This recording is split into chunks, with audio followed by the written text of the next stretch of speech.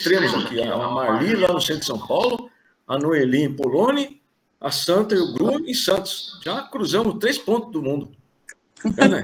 Falta a Jalene de Polônia. Tá viajando.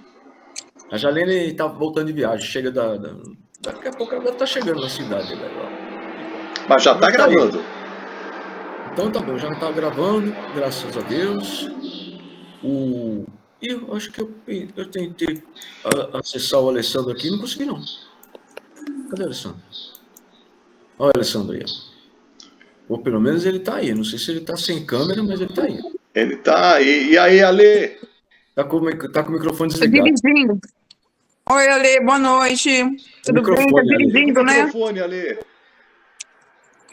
Microfone, Ale. Agora sim.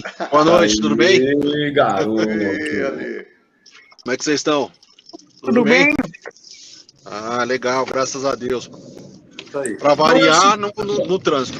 Ontem, vou aproveitar para registrar hoje, porque ontem a gente não conseguiu registrar tudo da reunião, né? Porque foi muita coisa.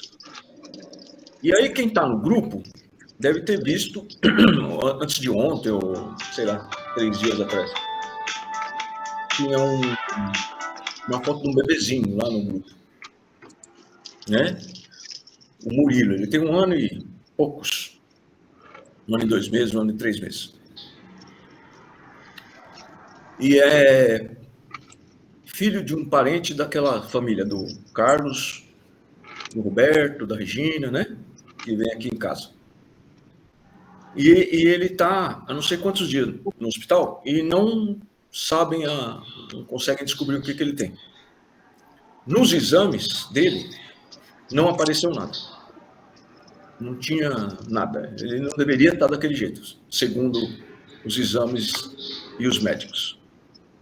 E a Regina, que é médica psicofônica, e talvez, não sei se é prima da mãe desse bebezinho, ela estava passando muito, assim, ansiosa esses dias todos dessa semana por causa desse bebezinho aí.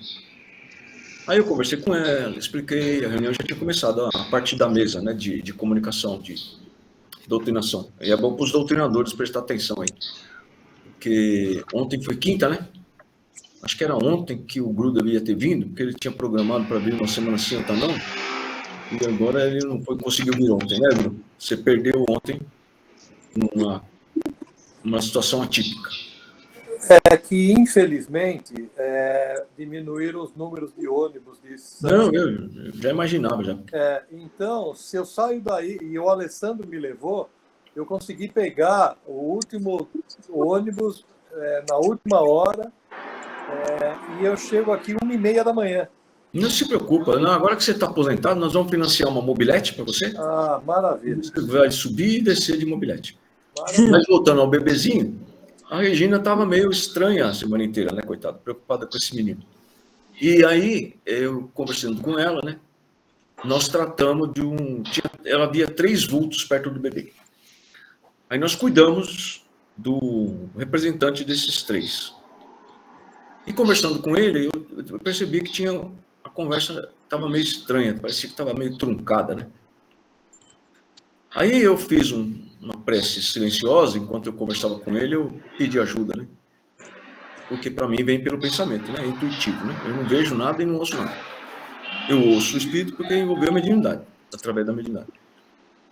E, bom, conversando com o espírito, eu percebi que ele não tinha ódio do bebezinho, do espírito do bebê. Então ele falava algumas coisas que não batia muito com quem tem ódio, né? Parecia mesmo trabalhador. E aí no final ele falou, eu não posso falar. Mas eu acabei descobrindo, né? Nós acabamos descobrindo que ele tinha sido mandado por um chefe. Aí nesse momento, quando eu terminei a conversa com ele, tinha um espírito que tinha envolvido o Edson. Desculpa aí, Edson, não é você não. Você apareceu na tela, eu falei seu nome sem querer. Tinha envolvido o Alessandro, nós cuidamos dele, né? Acho que estava com dor, alguma coisa. Eu dei um tempinho, depois eu conversei com o Alessandro. Eu falei para ele se ele estava bem e tal, porque ele não tinha conseguido participar desse desenvolvimento da conversa com esse espírito na Regina, né? Acho que nem a foto do bebê ele não lembrava, eu mostrei para ele na hora, no celular. Aí expliquei para o Alessandro e mentalizamos o chefe, porque quando eu estava falando com a Regina, já estava quase resolvido lá, né? Com aquele espírito. E já estava ele praticamente sendo encaminhado e me doeu aqui, né? Eu não sei se está correto isso aqui, Miriam. Aqui é lobo temporal. E me dói aqui sempre que o espírito é daqueles bem complexos. E foi assim, aí envolveu a mediunidade do Alessandro e não tem muito como ocultar a situação do espírito, tá? Eu não sei se vocês conseguem ver, eu vou mudar um pouquinho aqui e mais para trás, né? E o médium, ele ficava assim, ó.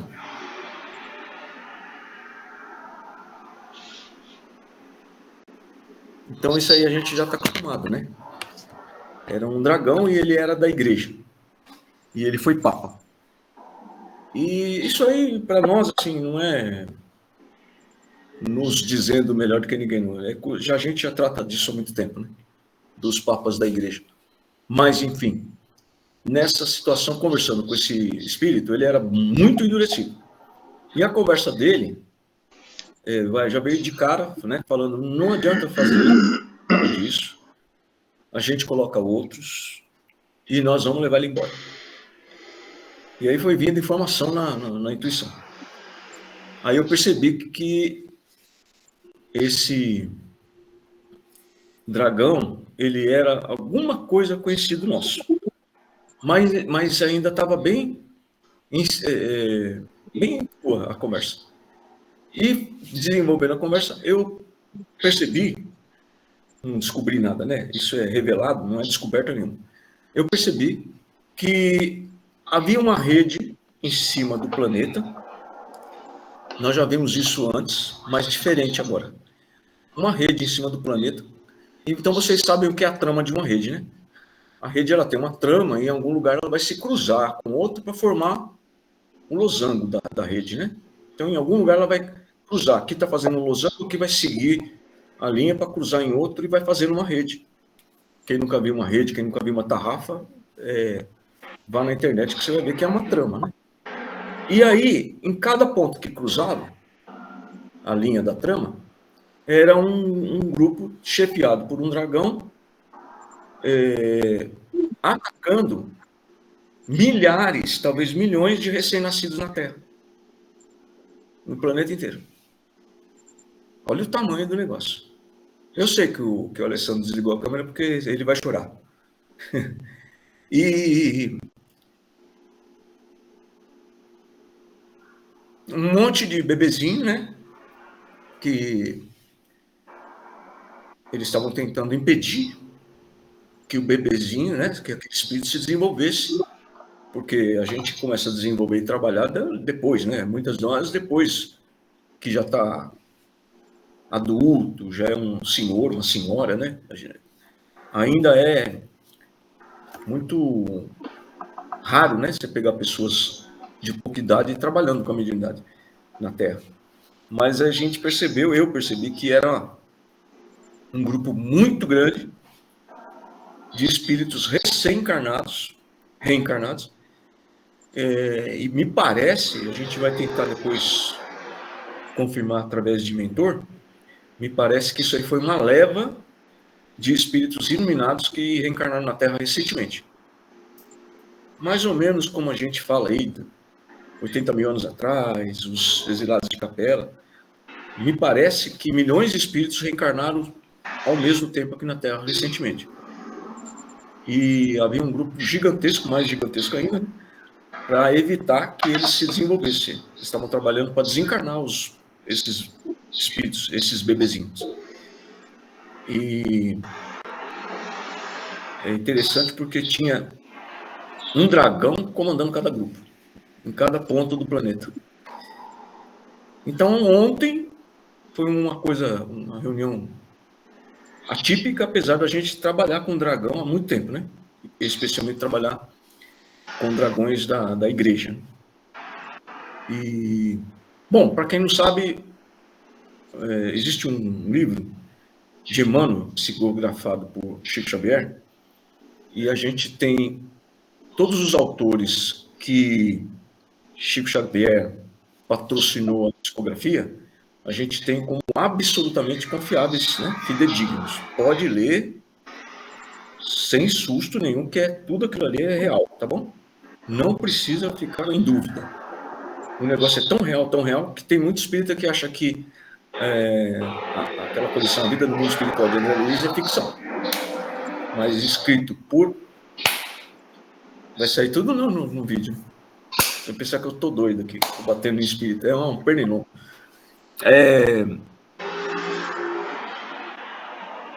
Bom, enfim, essas previsões aí, né, de muito tempo atrás sobre os exilados de capela, essas coisas, parece-nos que uma grande leva de milhões de espíritos acabaram de reencarnar na Terra, iluminados. Provavelmente eu, por exemplo, talvez não consiga conhecê-los, né, em grande quantidade, mas o Murilo talvez vai aparecer aqui um dia. Ainda dá tempo, né? Porque ele está perto. É provável que a família que estava aqui na reunião conte para a mãe dele, né? Ou para o pai, porque o Pedro, um dos camaradas que a família vem aqui, ele mora no litoral de São Paulo, né? E parece que essa moça, mãe do bebezinho, é parente dele. Não sei se é cunhada, alguma coisa assim. E é bom a gente ir se acostumando. Estou falando isso porque é bom a gente ir se acostumando, né? Que deve ter outros tipos de movimentação, né? Das trevas.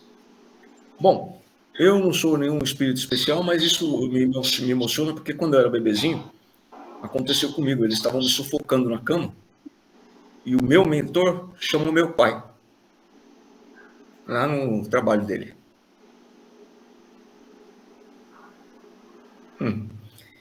E o meu pai, biológico, né, saiu do trabalho, graças a Deus que ele trabalhava pertinho, naquela época era bem diferente de hoje, né?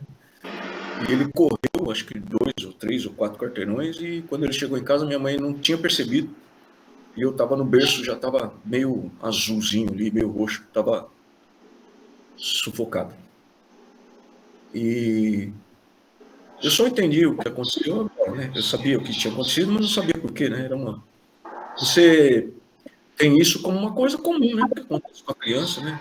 Criança que passou mal, sufocou com alguma comida, sei lá, acabou de comer, dormiu de barriga para cima, e aí ele regurgita e engasga com o próprio vômito.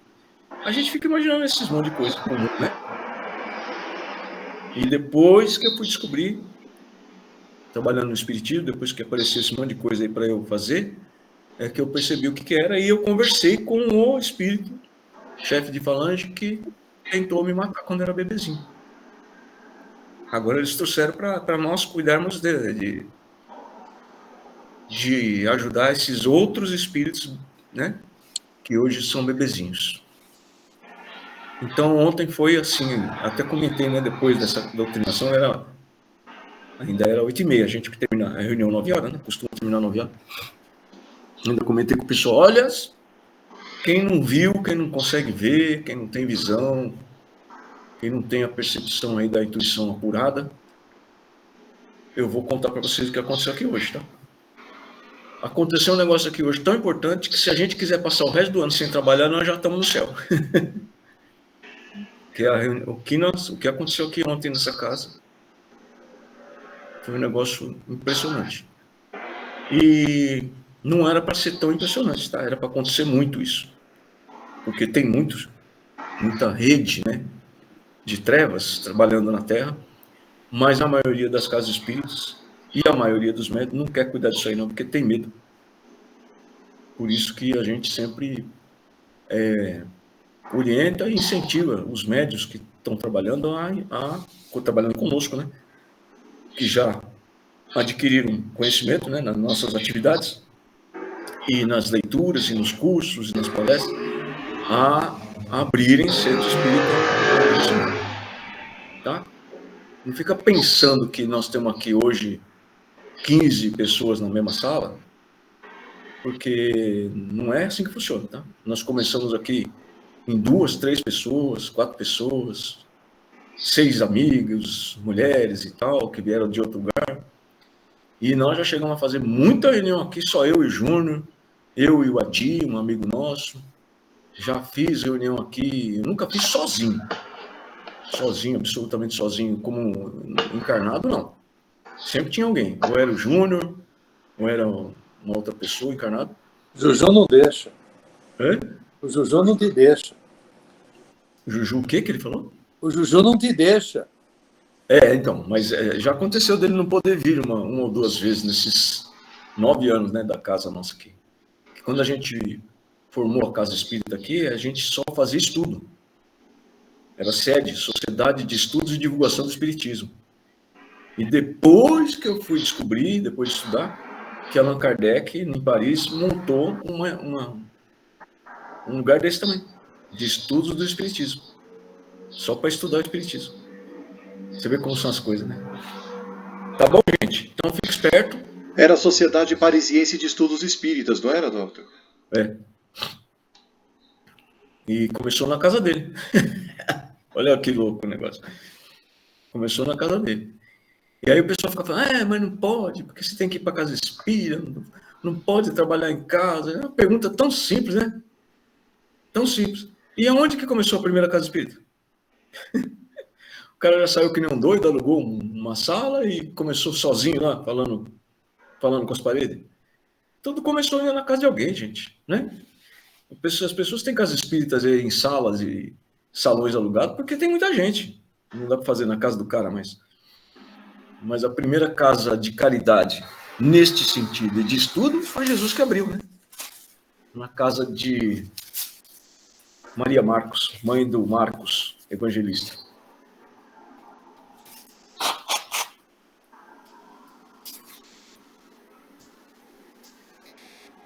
Me desculpe, mas esse negócio de ficar emocionado é complicado.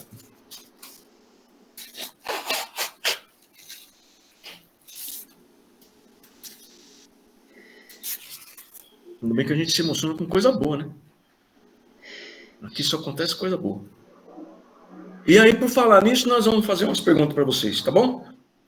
Graças a Deus e a Jesus, que está todo mundo aqui. E a criança, como é que está? Hã? E o menino, como é que está? Nós ainda não temos notícia dele, não. Deixa eu ver aqui uma coisa. Deixa eu ver aqui com a... Eu vou aparecer aqui no grupo, escrever aqui no grupo.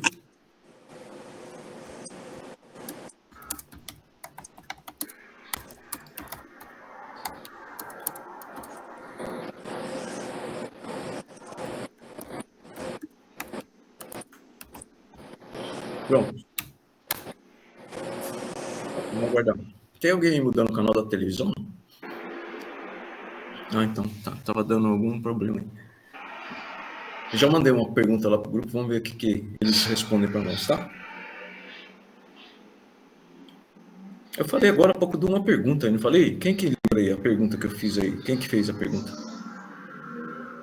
Ih, caramba.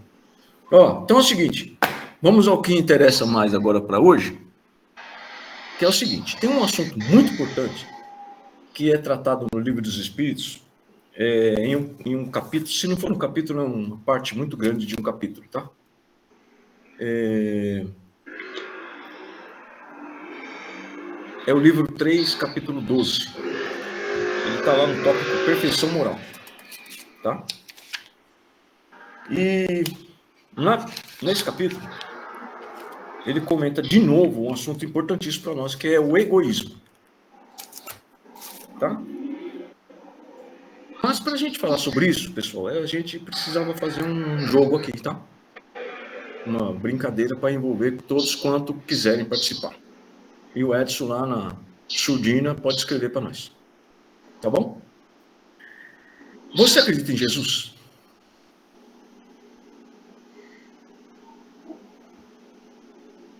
Não, ninguém vai falar nada, não vai levantar a mão, não vai dar positivo, não vai fazer nada. Não, Então vamos lá. Todo mundo que acredita em Jesus aí dá positivo, quem não acredita em Jesus dá negativo. Já tinha dado. Tá bom. Então todo mundo aqui acredita em Jesus. Agora, para acreditar em Jesus, não é difícil, né? Porque é um cara bambambam, deu muita prova, né? Tem um monte de gente que fala que não tem prova que Jesus existiu, mas tem sim, porque inclusive tem um ensinamento de Jesus que todas as verdades aparecerão. Não há segredo que fique oculto, tá? E um camarada, não à toa, um espírito fidedigno, que também Chico Xavier psicografou, Emmanuel, era um... O que ele era mesmo, Júnior? Senador? Vereador? Zelador? Ele era um senador romano. Senador romano. Esse cara tinha um nome interessante. Como é que é? Públio Lentulus Ele Cornélio. fala, com o microfone desligado. Públio Lentulus. Isso. O Públio Lentulus era um senador da República. E ele encontrou Jesus, viu? E ele descreve em um documento enviado para o imperador. Numa carta para o imperador, né? Era o imperador ou era para Pilatos? Era para César, né? Acho que foi para César, doutor. Eu acho que era para o imperador. E esse documento foi encontrado.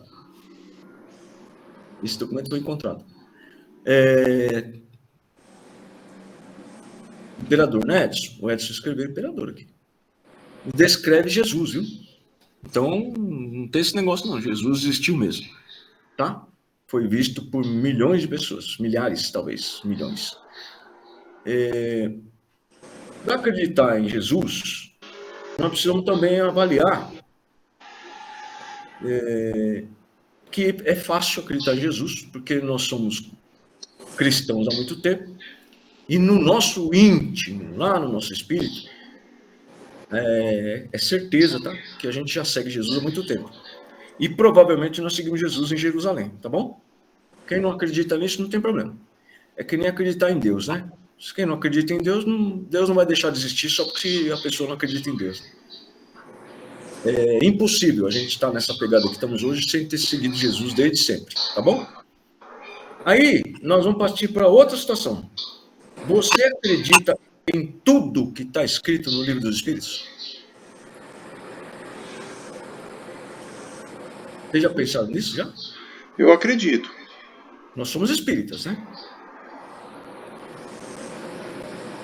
Vocês acreditam em tudo que está no Livro dos Espíritos? Vamos melhorar a pergunta, tá? Porque a intenção é pensar, né? Vocês acreditam em tudo que está contido lá entre, né, perguntas e respostas? Os comentários vamos deixar de lado. Nas perguntas e respostas do Livro dos Espíritos, vocês acreditam nisso? Naquilo lá que está lá? Positivo aí? Quem está negativo não tem problema não, tá? Não tem problema. Tá bom? Acontece o seguinte.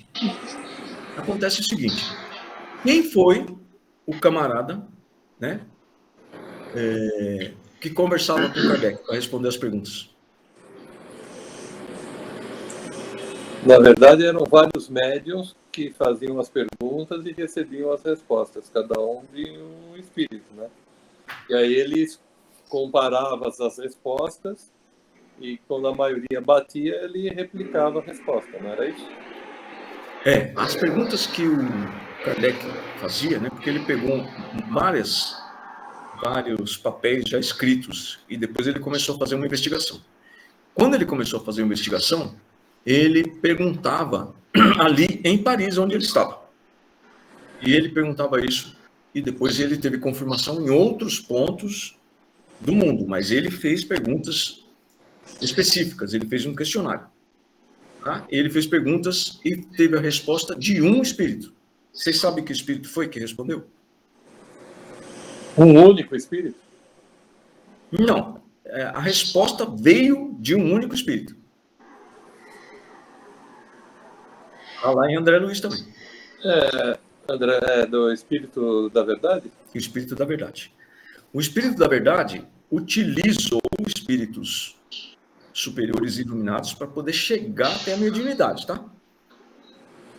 Porque o Espírito da Verdade não tem mediunidade, nunca teve e nunca terá, enquanto a gente não tiver com um mundo feliz, não terá mediunidade para receber um espírito desse. Só que quando a gente estiver no mundo feliz, não tem mais mediunidade. Tá bom? Então é o seguinte, as respostas às perguntas diretamente feitas por Allan Kardec vinham de um Espírito da Verdade. Tá bom? Então aí a gente volta à pergunta. Se vocês acreditam em tudo que Jesus ensinou, considerando, é claro, que você tem que avaliar as mudanças que os homens fizeram em certas coisas que estão lá nos evangelhos, né? Tá bom? Mas o ensinamento básico de Jesus, eu acredito em Jesus. Então tá bom. Então você vai acreditar no Espírito da Verdade. Tá? Não tem conversa, é automático. Sabe por quê, né? Todo mundo sabe por quê? Você sabe por que não dá para acreditar em Jesus e não acreditar no Espírito da Verdade? Estou escutando os grilos lá do meu quintal. Fala, Adalberto, que você botou o dedo aí. Boa pergunta. Boa pergunta. Porque, a resposta do Adalberto nesses 28 anos que eu conheço o Adalberto, quando ele tinha cabelo, é assim, boa pergunta. Boa pergunta. E, tirando as distorções que podem ter sido feitas ao longo do tempo, né, principalmente nas edições da Federação Espírita Brasileira dos anos 70 para cá, houve várias alterações.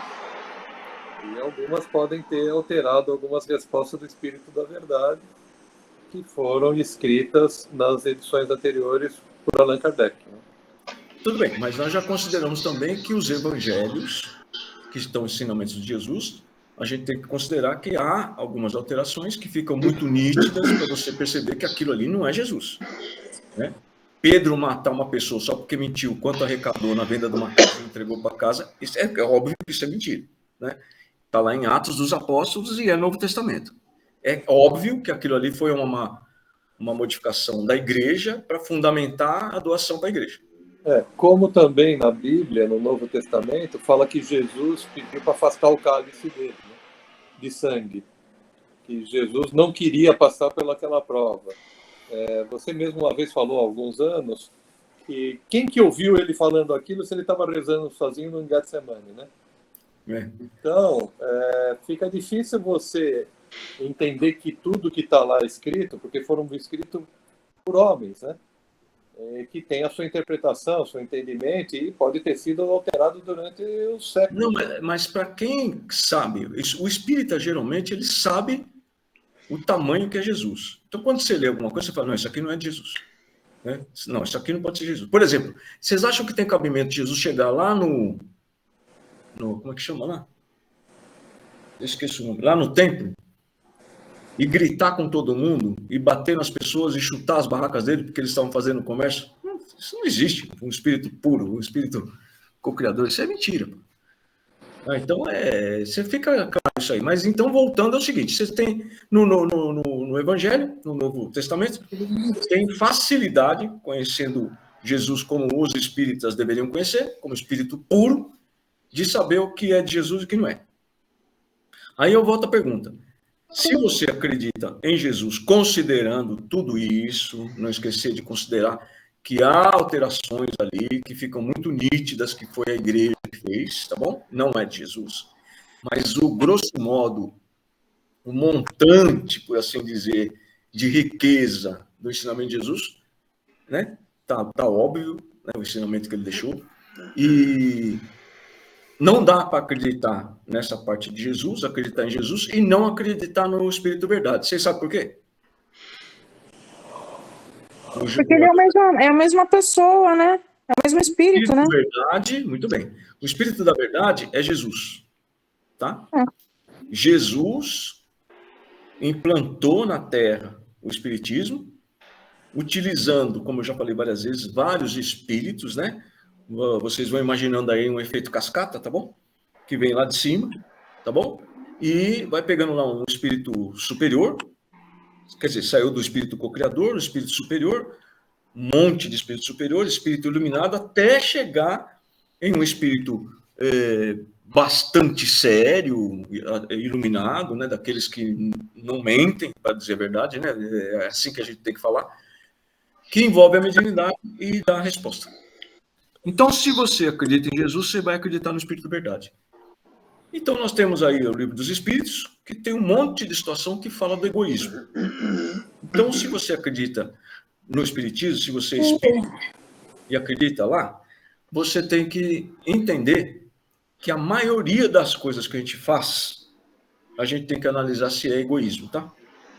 Porque o egoísmo, segundo o Espírito Verdade, é a maior chaga da humanidade na Terra. E o orgulho, né? Ele fala mais do egoísmo, né? O orgulho e o egoísmo, e depois ele destrincha aqui o egoísmo, nesse capítulo que eu passei para vocês, e ele fala bem claramente, ele fala assim, o maior problema é o egoísmo, porque quando você vai olhar, inclusive lá no orgulho, dependendo como é que do conceito que você tem de orgulho, está o egoísmo no meio. Entendeu? Então, por exemplo, a pessoa discorda de você, ou não faz coisas que você acha que está errado. Existe um conceito de coisa errada, né? Que é universal, né? Por exemplo, roubar é errado. Mas nós estamos falando de conceitos pessoais, tá? De como você vive, tá certo? E você põe isso para você, como certo, como absoluto, e você não concorda, ou você acha ruim com as pessoas que não vivem do jeito que você vive. Porque, então você acaba tendo assim uma certeza no seu espírito de que você vive certo e as pessoas, o resto do mundo vive errado. Então você acaba tendo um monte de problema, principalmente quem é médium, tá bom? E nós pegamos um monte de situação aí de que isso vai tomando uma forma, viu, gente? Como se fosse assim realmente um bicho muito esquisito, tá? Bem feio. Porque ele vai tomando forma e ele vai para vários lugares, ele vai para vários setores, entendeu? Uma pessoa que faz coisa que você não gosta, você briga com ela, você fica chateado mesmo, você estraga o seu dia, você estraga o dia de quem convive com você, com quem trabalha com você, com quem vive com você dentro de casa, você acaba com aquele convívio, e isso vai dando um tamanho e uma situação cada vez mais, né, de acontecimentos, eles se tornam cada vez mais espaço curto entre um e o outro, que você acaba, digamos por assim dizer, espantando as pessoas do seu redor.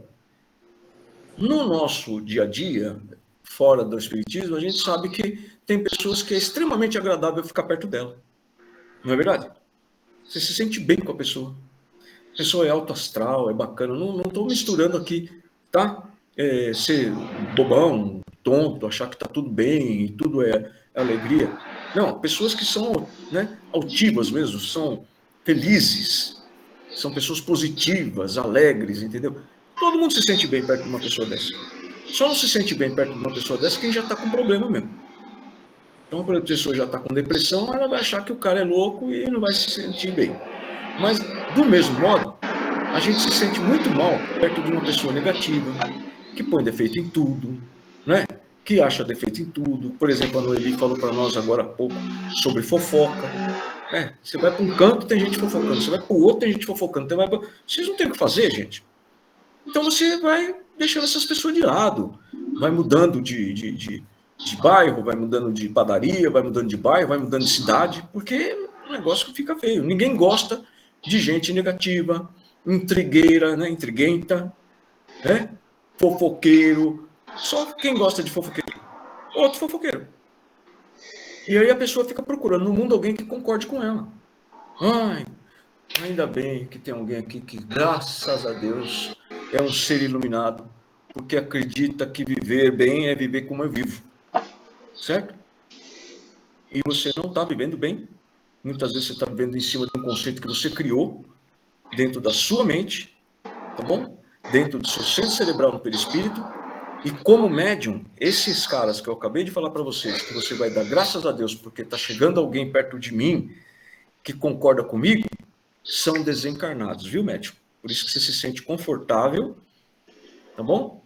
Quando essas pessoas vão embora, ou quando essas pessoas que você acha que vivem errado, e você vive certo, você acaba se afastando. Presta atenção, precisa procurar ajuda.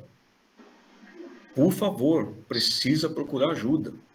Porque a pessoa entra num parafuso como médico, que só a casa espírita não tem condições de ajudar, viu? Tá bom? Isso começa naquela situação que você tem que analisar. Qual a melhor maneira de analisar se eu estou com algum tipo de problema desse que nós estamos descrevendo? Jesus. Espírito e verdade. Procura no livro dos Espíritos, procura no Evangelho, que você vai achar um meio de identificar isso. No fundo lá você vai ver que é um egoísmo. Né? Eu sou egoísta. Por quê? Porque eu vivo para mim. Eu estou certo. E aí entra o orgulho, né? Eu vivo para mim, eu sou egoísta. Eu estou certo, orgulho. No egoísmo, você vai ter um monte de coisa aí. Alessandro Carvalho levantou a mão. Cadê o meu rosto? Ô, Alessandro. Oi, tô aqui. Tô quietinho, mas tô aqui. Não, uma coisa que é assim, passando por alguns lugares também, por onde eu já vivenciei e tudo mais, acho que uma das coisas que eu acabei vivenciando também é a questão do julgamento. Acho que um dos grandes males também do ser humano é o julgamento. Você, no primeiro momento, tender a julgar alguém, julgar uma situação, julgar um fato. E o que eu vivenciei muitas vezes é que, para não dizer na grande maioria das vezes, era um julgamento totalmente equivocado. Então as pessoas julgarem demais também acho que pode ser até um filtro para determinadas situações. Se a gente, na nossa cabeça mesmo, parar 5 segundos e pensarmos, será que eu estou julgando? Será que não é uma opinião ou é um julgamento que eu estou fazendo? Que aí eu acho que pode ser uma coisa também que pode servir até como um filtro para a gente evitar, porque como espírita, a gente sabe muito bem que a gente não deve julgar ninguém. A gente não sabe o que está acontecendo, e mesmo que soubéssemos, não cabe a gente qualquer tipo de julgamento. Eu acho que o julgamento também é uma coisa muito forte.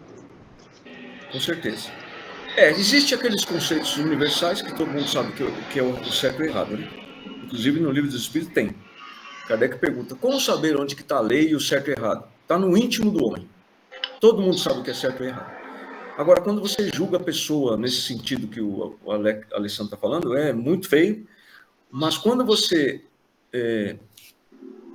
determina para você que você está vivendo bem, você está vivendo certo e o resto do mundo está errado, você também está apontando para o resto do mundo que eles estão errados, que eles estão fazendo coisa errada. Isso é um egoísmo, um orgulho e também, de certa forma, é um julgamento, né? Você determina que aquelas pessoas estão fazendo coisa errada.